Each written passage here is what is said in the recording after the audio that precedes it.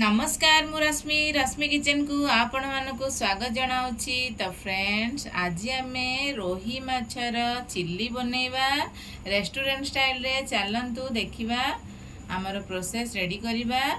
मु एठी रोही माछ बड़ बड़ पीसेस रे नै जाइछि। ताकू कंटा आमर बड़ बड़ साइज रो बाहरिबो, बेसी कंटा बाहरिबोनी, पेट पीसेस रे बेसी नैछि। देखंतु मु एठी किछि हळदी देबी, किछि लंका पाउडर नबा, केते राग खाउछन्ती ता अनुसार नेबे एवं माछ केते नैछन्ती आपण ता हिसाब रे नेबे। मु एठी 800 ग्राम रो माछ नैछि।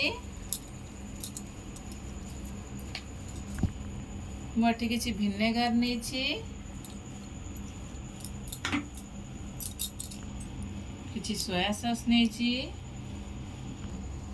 1 टेबल स्पून मु गोलमर्च पाउडर नैछि। देखंतु किछि अदा एवं रसुण को मु पेस्ट कर नै जाइछि। 1 टेबल स्पून आमे सोरिषा तेल नै जिबा। वर्तमान याकु आमे 1 घंटा पई भल भाबरे गोळेई मैरिनेट करी की रखि नबा। देखंतु वर्तमान आमे याकु गोळेई भल भाबरे 1 घंटा पई मैरिनेट करी याकु रखि छाडी दबा। देखंतु वर्तमान आम माछ मु 1 घंटा 45 मिनिट पूरा मैरिनेट भल भाव कर नहीं।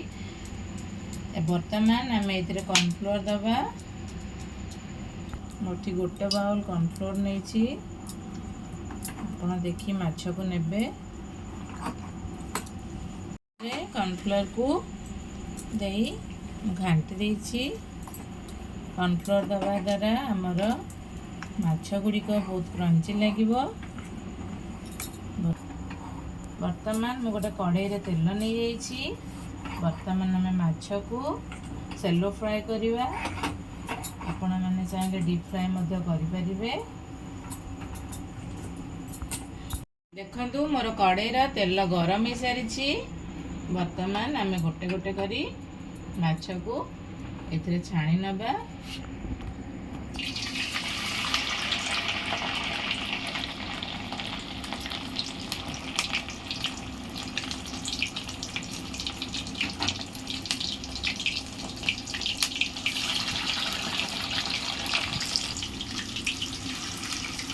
एमती अल्प माछ दे छाणिबे, नले कॉर्नफ्लोर लगी माछ चिपकी जीव। देखंतु मो माछ गुड़िक केते सुंदर कलर आसी, केते सुंदर बास्ना मध्य बाहरुची। मोर यही सब जिनस दबा द्वारा तार भल फ्लेवर बहुत सुंदर बास्ना मध्य आसी थाए। आपण माने मध्य निश्चित घरे ट्राए करंतु। रेस्टोरेंट जीवा किछि आवश्यक नहीं, घरे आपण माने मध्य चाहिले एपरी टेस्टी टेस्टी डिलीशियस खाइबा मध्य बनै परिबे। वर्तमान मोर 4टी माछ हो सारी। मो अलगा माछ सब मध्य पकेबी। देखंतु केते क्रंची होइछि। देखंतु मोर सब माछ मु छाणी सारी। मु अल्प किछि तेल बाहर कर नीछि। वर्तमान आमे सेही कड़े रे ही चिल्ली तैयारी करिबा। देखंतु मु किछि ग्रेट कर रखिथिबा अदा को दोछि, किछि रसुण को दोछि एवं किछि कंचा लंका को छोट छोट पीसेस रे काटि कि ताको मध्य दोछि। किछि पियाज पतला पतला लंबा साइज रे काटि नीछि ताको दे दबा।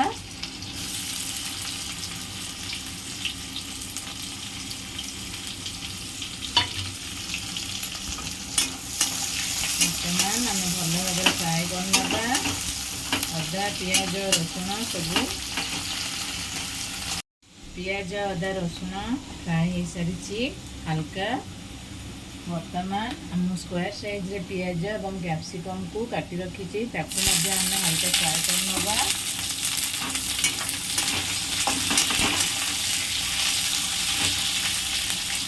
आगर तो आम लुण पकईले।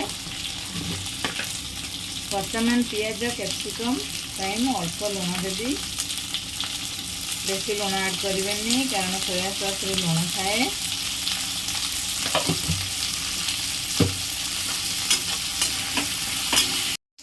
देखो देखंतु हल्का एपरी भाव में कैप्सिकम और पियाज को भाजिबा, बेसी भाजिबा नहीं।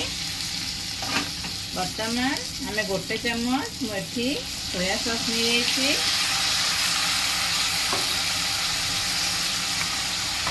गोटे चम्मच मुझे विनेगर नहीं, चिली सॉस मुझे ऐड करनी, आपण मैंने चाहिए दे पारे।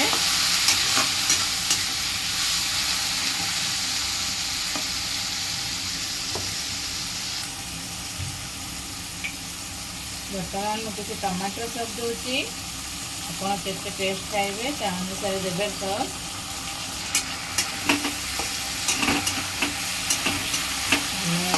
फ्राए करने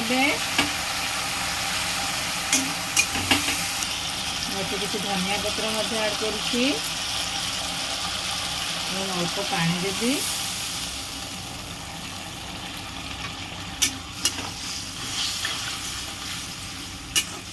तो मुझे कॉर्नफ्लोर गोटे स्लरी तैयारी करिछि, ताकू मध्य मु ऐड करुछि।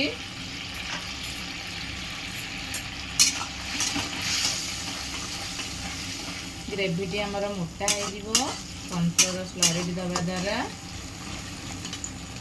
मुझे किसी काश्मीर चिली ऐड कर द्वारा आमर भल कलर देखु। बर्तमान चलतु छाणी रखि एठी सब माछ को आम ऐड कर नबा।